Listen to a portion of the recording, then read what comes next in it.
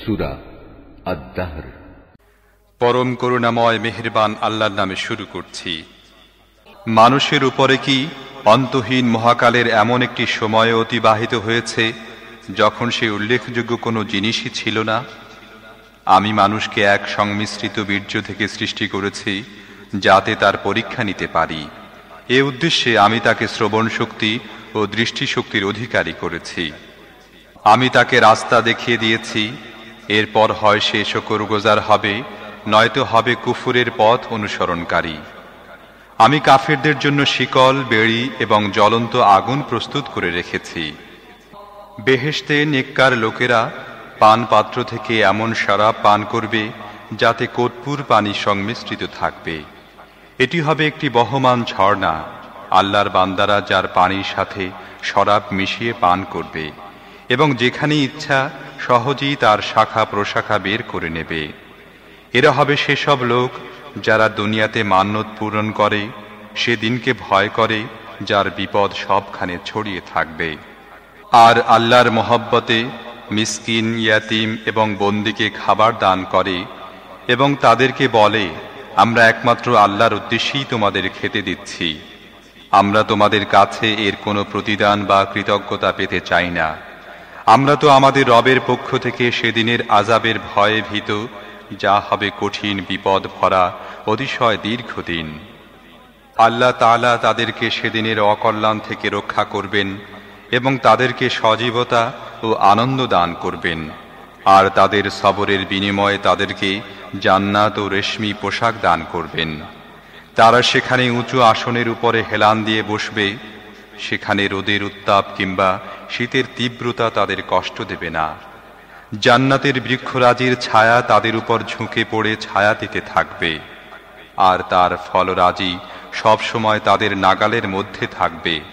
তারা যেভাবে ইচ্ছা চয়ন করতে পারবে। তাদের সামনে রৌপ্য পাত্র এবং স্বচ্ছ কাঁচের পাত্রসমূহ পরিবেশিত হতে থাকবে। কাঁচ পাত্র হবে রৌপ্য জাতীয় ধাতুর, যা জান্নাতের ব্যবস্থাপকরা যথাযথ পরিমাণে পূর্ণ করে রাখবে। সেখানে তাদের এমন সুরা পাত্র পান করানো হবে যাতে শুকনো আদার সংমিশ্রণ থাকবে। এটি জান্নাতের একটি ঝর্ণা যা সালসাবিল নামে অভিহিত। তাদের সেবার জন্য এমন সব কিশোর বালক সদা তৎপর থাকবে যারা চিরদিনই কিশোর থাকবে। তুমি তাদের দেখে মনে করবে যেন ছড়ানো ছিটানো মুক্তা। তুমি সেখানে যে দিকেই তাকাবে সেদিকেই শুধু নেয়ামত আর ভোগের উপকরণের সমাহার দেখতে পাবে এবং বিশাল সাম্রাজ্যের সাজ সরঞ্জাম তোমাদের দৃষ্টিগোচর হবে। তাদের পরিধানে থাকবে মিহি রেশমের সবুজ পোশাক এবং মখমল ও সোনালী কিংখাবের বস্ত্ররাজি, আর তাদেরকে রৌপ্যের কঙ্কন পরানো হবে। আর তাদের রব তাদেরকে অতি পবিত্র শরাব পান করাবেন। এ হচ্ছে তোমাদের জন্য প্রতিদান, কারণ তোমাদের কাজকর্ম মূল্যবান প্রমাণিত হয়েছে। হে নবী, আমি তোমার উপরে এ কোরআন অল্প অল্প করে নাজিল করেছি, তাই তুমি ধৈর্যের সাথে তোমার রবের হুকুম পালন করতে থাকো এবং এদের মধ্যকার কোনো দুষ্কর্মশীল এবং সত্য অমান্যকারীর কথা শুনবে না। সকাল সন্ধ্যায় তোমার রবের নাম স্মরণ করো, রাতের বেলায়ও তার সামনে সিজদায় অবনত হও। রাতের দীর্ঘ সময় তার তাসবিহ অর্থাৎ পবিত্রতা বর্ণনা করতে থাকো।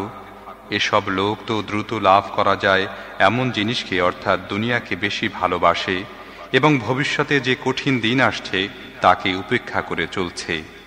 আমি এদের সৃষ্টি করেছি এবং এদের প্রতিটি অঙ্গ প্রত্যঙ্গ ও সন্ধিস্থল মজবুত করেছি, আর যখনই চাইব তাদের আকার আকৃতি পরিবর্তন করে দেব। এটি একটি উপদেশ বাণী। এখন কেউ চাইলে তার রবের দিকে যাওয়ার পথ অবলম্বন করতে পারে। তোমাদের চাওয়ায় কিছুই হয় না যদি আল্লাহ তা না চান। আল্লাহ সর্বজ্ঞ ও সুবিজ্ঞ। যাকে ইচ্ছা তিনি তাকে তার রহমতের মধ্যে শামিল করেন, আর জালেমদের জন্য প্রস্তুত রেখেছেন কঠিন শাস্তি।